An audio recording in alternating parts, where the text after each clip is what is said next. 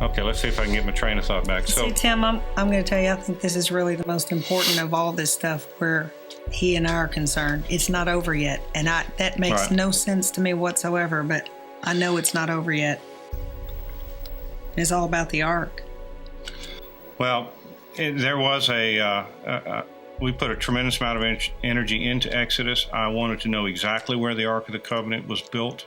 I wanted to know all of the details of the construction, what the logistics of that type of project would be.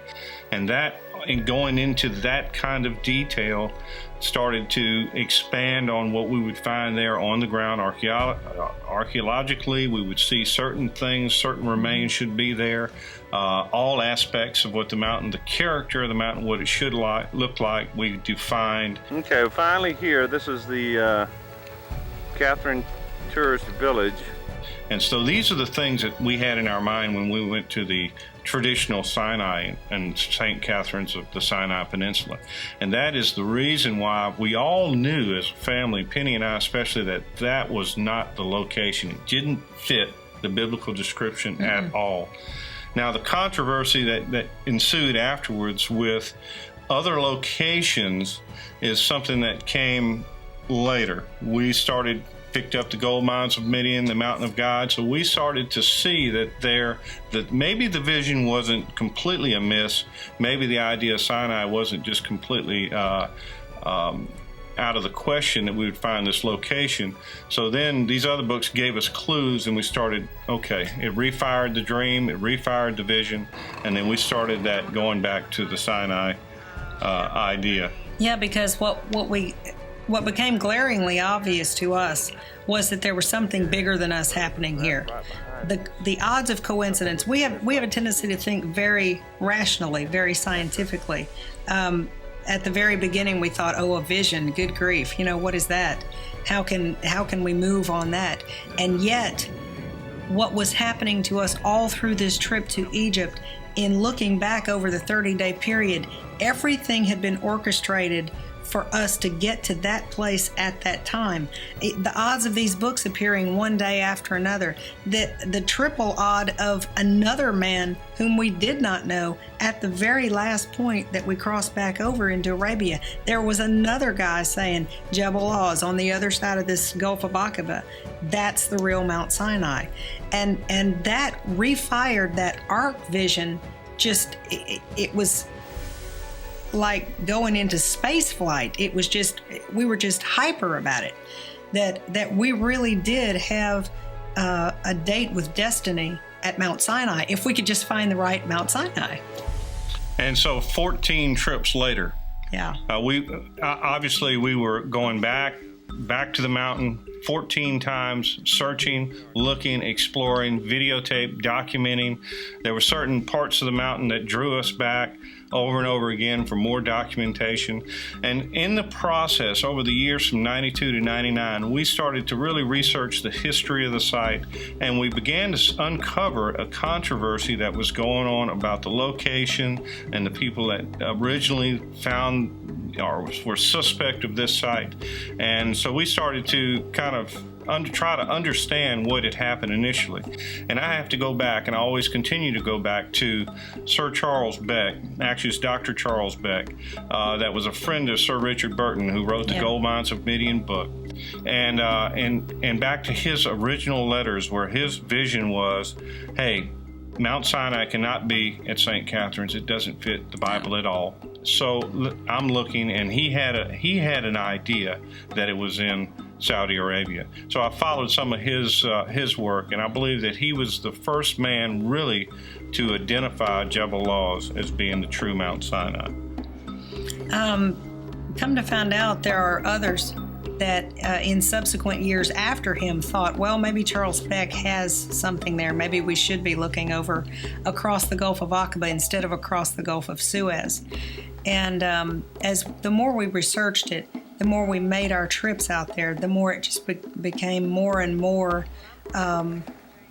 likely that this was, in fact, the mountain. Part of what we were very keen to do was to try and document this on film. which was very difficult, I might add.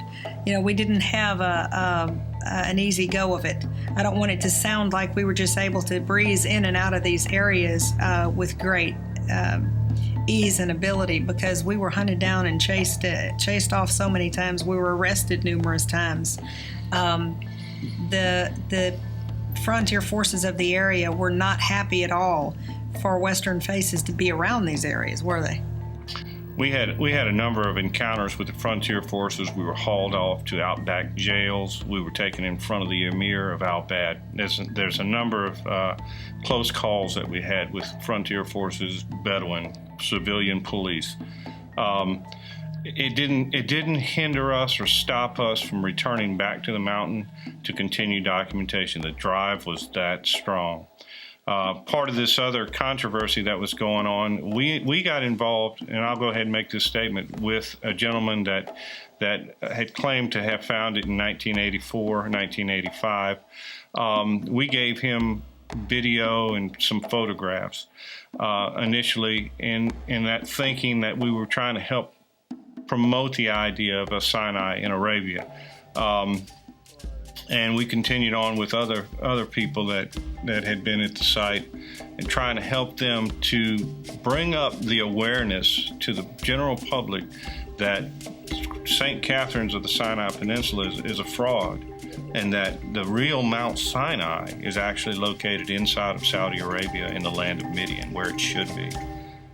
And of course, this is our opinion based upon having been there and having been at both locations.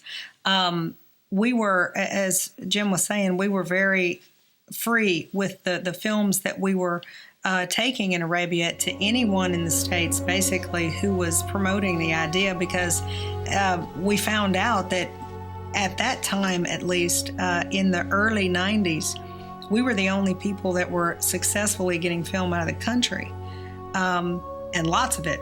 And we wanted people who were of professional capabilities to be able to look at some of these things, because we don't have a professional background in archaeology.